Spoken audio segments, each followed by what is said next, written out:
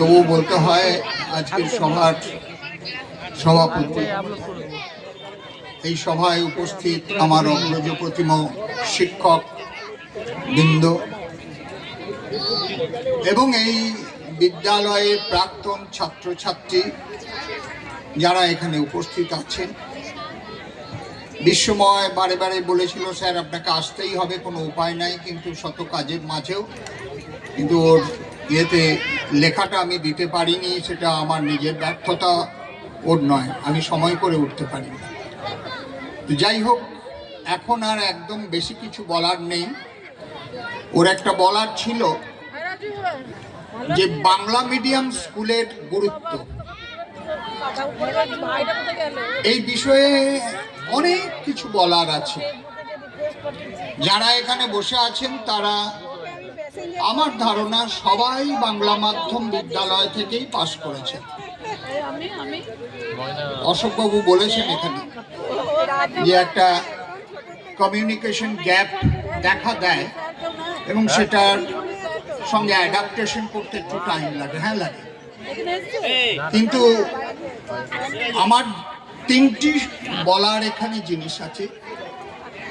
এই বিদ্যালয়ে যখন স্থাপিত হয়েছিল, যে তথ্যগুলো আমরা 1915 সালের সুভেনিরে লিখেছিলাম মাননীয় বর্তমান প্রধান শিক্ষক, সেগুলো যে মনোযোগ সহকারে পড়েছেন, এবং গণিবাবুর সেই স্মৃতিচারণ থেকে যেটা বিশেষভাবে বলার, সেটা হচ্ছে আমজাদ সাহেবের প্রেরণায় সাত্তার সাহেব তার খানকা ঘর ছেড়ে দিয়েছিল।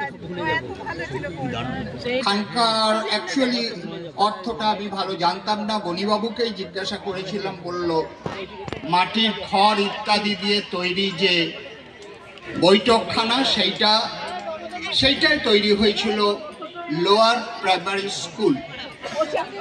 পরবর্তীকালে এই রাজ্যের স্ট্রাকচার অনুসারে এমই এবং তারপরে এইচই, গোটাটাই বাংলা মাধ্যম বিদ্যালয়।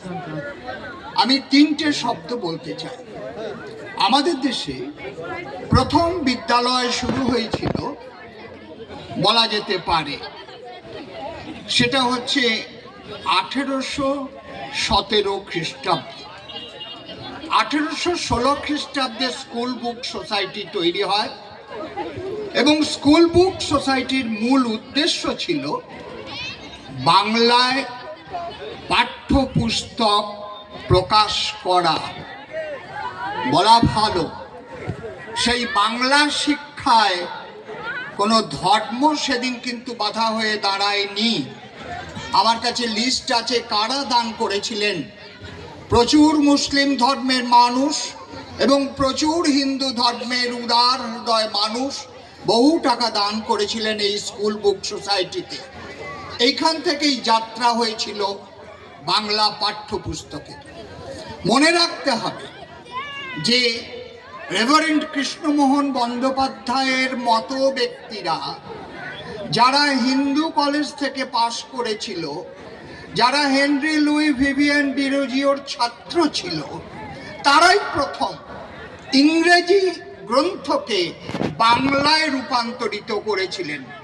আমার কাছে সে বই আছে, কিভাবে ইউক্লিডের জ্যামিতিকে, আমার বক্তব্য হচ্ছে ইংরেজি শিক্ষায় শিক্ষিত মানুষগুলো সেদিন চেয়েছিল যে যদি বাঙালিকে শিক্ষিত করতে হয় তাহলে মাধ্যম হতে হবে বাংলা, তাই তারা বাংলায় অনুবাদ শুরু করেছিলেন।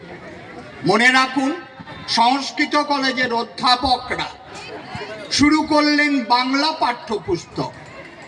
মদনমোহন তর্কালঙ্কার শিশু সাহিত্য লিখলেন, তিনি বাংলা প্রাইমার লিখলেন। ক্ষেত্রমোহন বসু অঙ্কের প্রাইমার লিখলেন।